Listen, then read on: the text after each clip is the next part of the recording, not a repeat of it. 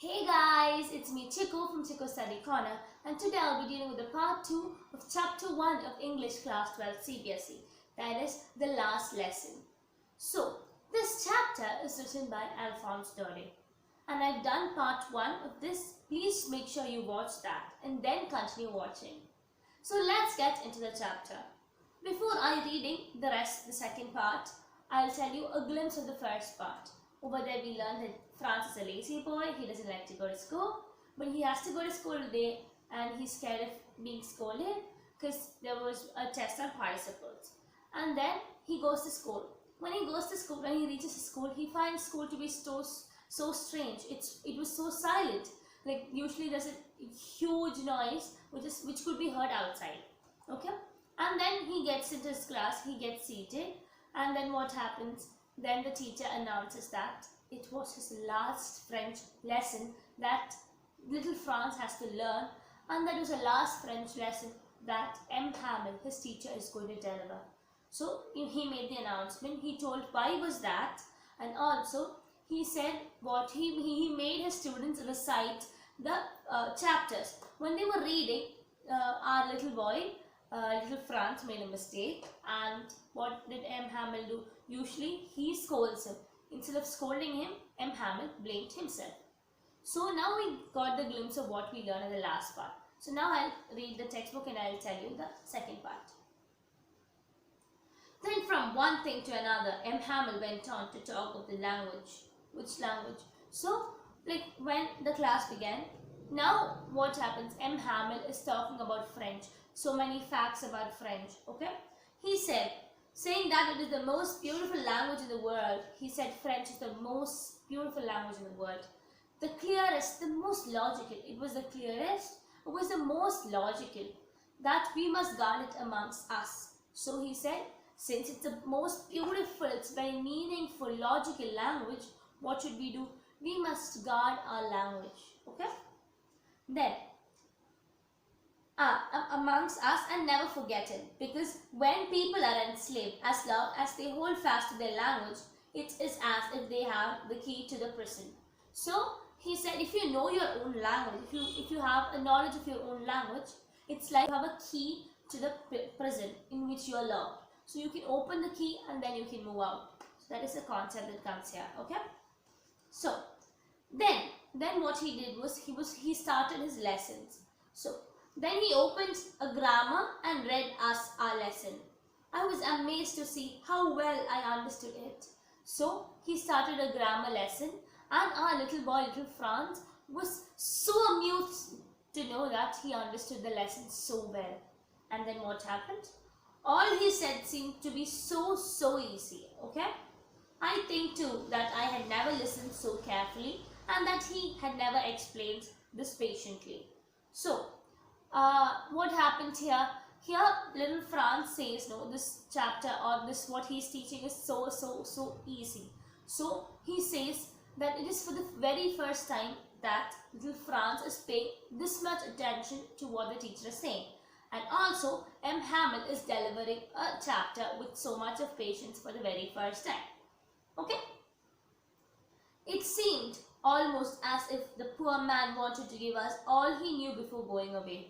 So when he was explaining the chapter very detailedly, very patiently, what the students felt was, they felt that M. Hamel wanted to give us all the knowledge he had within a shot. Okay, he was just giving everything in a shot. And to put it all into our heads at one stroke. Yeah. After the grammar, we had a lesson in writing. Okay, so after doing the grammar, they had a lesson in writing. What happened then?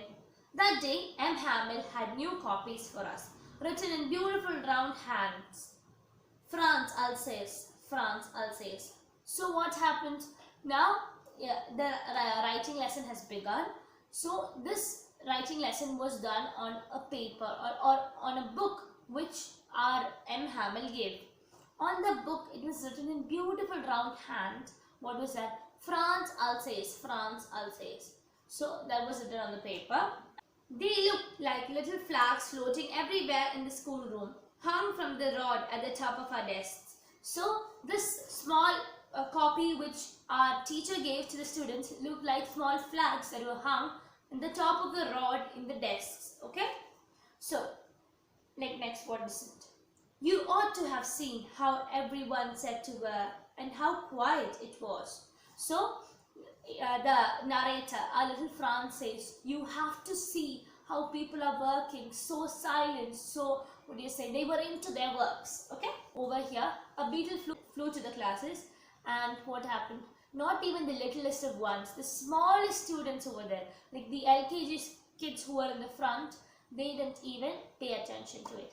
They were doing their work. They were tracing the fish hooks as if that was what? French. Okay? So, on the roof, the pigeons cooed very low, and I thought to myself, will they make them sing in German, even the pigeons? So now he knows that the citizens or the people, the natives of France cannot talk, or of the particular place Alsace and Lorraine cannot learn their own language. So what is that? They have been denied their right to speak. So what did he think? He thought, he heard the pigeons coo on the top of the roof of their classroom. So what did he feel? He felt whether these Germans would ask these pigeons to sing in German also. So that is it's a question, okay? Then, whenever I looked up from my writing, I saw M. Hamel sitting motionless in his chair, gazed first at one thing, then at another, as if he wanted to fix in his mind just how everything looked in that little schoolroom. So, now what happens is, whenever our little Franz took his eyes off from the writing, he saw Mr. Hamel, the M. Hamel, his teacher. What was he doing? M. Hamel was sitting motionless. He was stuck to his chair. He was looking at one thing, he was staring at the thing, and then another. Because as if it felt like he wanted to fix the positions of everything in his mind. Everything in the classroom should be in his mind, that he wants a complete picture. That's what our Franz found. Okay.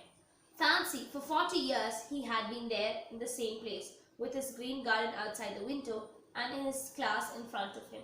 So, for Fancy, what happens? For 40 years, what happened is he was teaching in the same position. He had his garden in the front, his classroom, his everything was there. His class was right in front of him. Okay? Then, only the desks and the benches had been worn smooth. The walnut trees in the garden were taller, and the hope vine that he had planted himself twined about the windows to the roof. So he was just telling about what all happened, what all did he do. The tables were worn out because it was used for 40 years. The changes that happened was the walnut tree grew taller. There was a vine that twined all around. So this is what is mentioned over here. How it must have broken his heart to leave it all, poor man, to hear his sister moving about in the room above, packing their trunks, for they must leave the country the next day. So what is now? Little Franz understands that M. Hamel cannot bear the pain. He knows it's heartbreaking.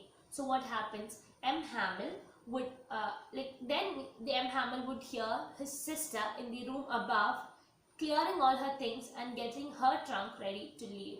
So they had to leave the next day. Okay? They had to leave the country the next day. Okay? But he had the courage to hear every lesson to the very last. After the writing, we had a lesson in history. So, first, what did they learn? They learned the grammar, then they learned writing, and now they are learning history. So, a lesson in history. And then the babies chanted their ba, bee, bee, bo, boo. That is, they were learning the babies in the sense that the smallest of the ones in the classroom, that is the LKG, maybe the LKG, UKG students, were learning their ABCDs. Over there, they just mentioned it as ba, bee, bee, bee. So, down there at the back of the room, old Horsa had put on his spectacles and holding his primer in both the hands, spelled the letters with him. So what happened? In the back of the room, our old Horsa was standing with his primer on both the hands, and he was spelling out the words. Okay? You could see that he too was crying. His voice trembled with emotion, and it was so funny to hear him that we all wanted to laugh and cry. So our Hausa is, he is spelling the words. So when he was doing that, you can understand his feelings. He was trembling because he was about to cry. His emotions were overflowing. So that was found to be funny by the students. The students wanted to laugh and also cry. Okay? Then, how well I remember it, the last lesson. Now our narrator says, I remember the last lesson, the last French class I learned. My last French, teacher, M. Hamel, I remember everything so well. So, all at once the church clock struck 12. Then the Angelus. So, what happens? At 12, the church clock struck 12. Okay? And then what is it? Then the Angelus. Angelus is a special prayer for Roman Catholics. Okay? Then, after the writing, at the same moment, the trumpets of the Persians returning from drill sounded under our windows. So, in the same moment when the bell rang and the Angelus is going on, what happens? They hear the sound of the trumpets of the Persian soldiers drilling. They're coming back. They heard it just outside their windows. Okay. M. Hamel stood up, very pale in his chair. I never saw him look so tall. So now it was time to leave. It was the 12 o'clock bell that was struck just before. It was time for the class to end. So M. Hamel stood up. So next, let's read. My friends, said he, but something choked him. He could not go on. So it was the end of his French lesson, and he was giving them a conclusion. So he said, my friends, and then something pulled him back. He was choking. He said, but he couldn't go on because he was filled with emotions. He was very sad. So what happened? What did he do? Then he turned to the blackboard, took a piece of chalk, and bearing on with all his might, he wrote as large as he could, Viva la France. So what did he do? He cannot speak anymore. He doesn't have the strength. So what he does is he takes a chalk piece and turns to the blackboard and writes Viva la France. That means long live France. Okay? Then he stopped and leaned his head against the wall, and without a word, he made a gesture to us with his hands. School is dismissed. You may go. So after writing it on the board, he just leaned his head back on the wall, and then he didn't have the strength to tell them the class is over, please go. No, he just showed a gesture. Class is dismissed. You may please leave. So we've come to the end of the lesson. I hope you might have understood it. If you have understood it, please do give my video a huge thumbs up, and also subscribe to my channel if you're new to it. Share my video to your other friends, and see you on my next video. Till then, bye-bye.